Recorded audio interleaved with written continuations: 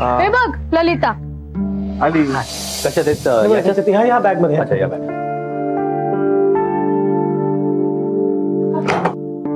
थांब जरा.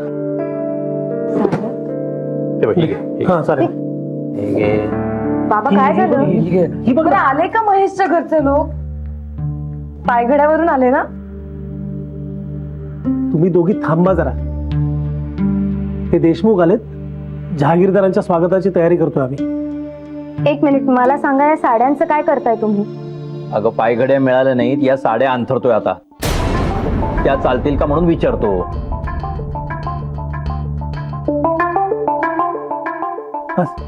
बाबा हे जरा अति होतंय. हो बाबा, आणि हे असलं काही ठरलं नव्हतं आपलं. हो, आणि त्या साड्या नवीन आहेत. आई आणि काकूने ना नेसायला आणल्या. हो ना. दोघी मध्ये पडू नका, आम्ही मोठं बघतोय ना सगळं. चल दादा. हो अरे तुम्ही थांबा थांबा. बाबा चल लवकर.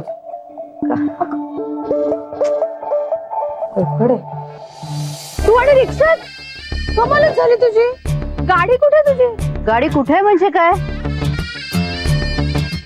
गाडी ट्रॅफिक मध्ये अडकले म्हणून आम्ही उतरून रिक्षाने आलो. असं झालं का? मी म्हटलं बाई काय झालं. या चला ना आत चला. कुठे चल?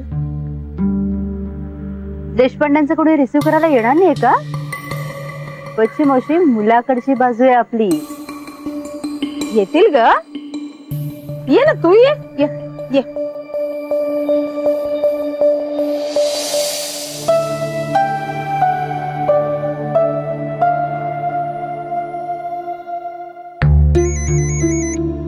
स्वानंदी, थँक गॉड तू फोन केलास. तू फोनच घेत नव्हतीस. एक मिनिट, मला जरा महत्वाचं बोलायचं. हा? आपल्या आईंनी कार्यालयात येण्यासाठी पायघड्या हव्यात असं सांगितलं. त्याशिवाय येणार नाही आहेत का त्या? आपल्या आईने म्हणजे? माझ्या आईने? हो. आणि हे काय नवीन? असं काहीच ठरलं नव्हतं. हे सगळं किती विचित्र आहे. असं म्हणाली आई? असं म्हणाली असेल तर नाही, खरंच विचित्र आहे हे. हो, त्या म्हणायला तसं. साठे गुरुजींनी स्वतः निरोप दिला बाबांना. आणि तुम्हाला माहितीये, इथे नेसायला आणलेल्या साड्या बाबा घेऊन गेल्यात आता बाहेर पायघड्या म्हणून. नाही, थांब थांब थांब. असं काही होणार नाही. तू बरं केलंस मला सांगितलंस ते. हा, मी आईशी बोलतो. हा, बाय.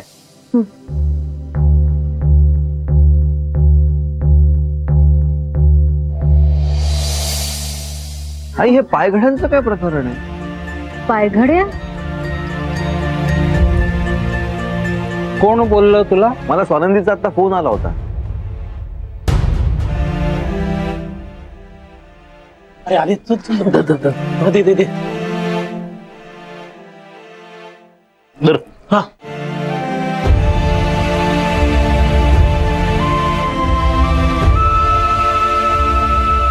बाबा बाबा तुम्ही काय करताय? हे काय चाललंय? नाही, पायघडे काही मिळाले नाहीत, त्यामुळं जरीच्या साड्या आहेत, चालतील ना?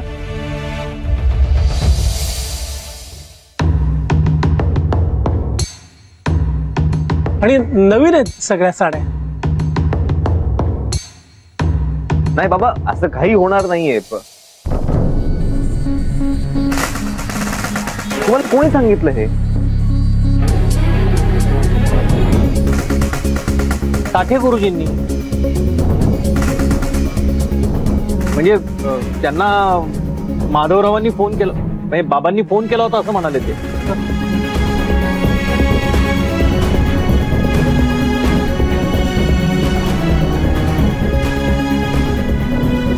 काय हो,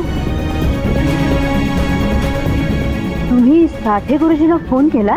हो, तूच तर सांगितलं.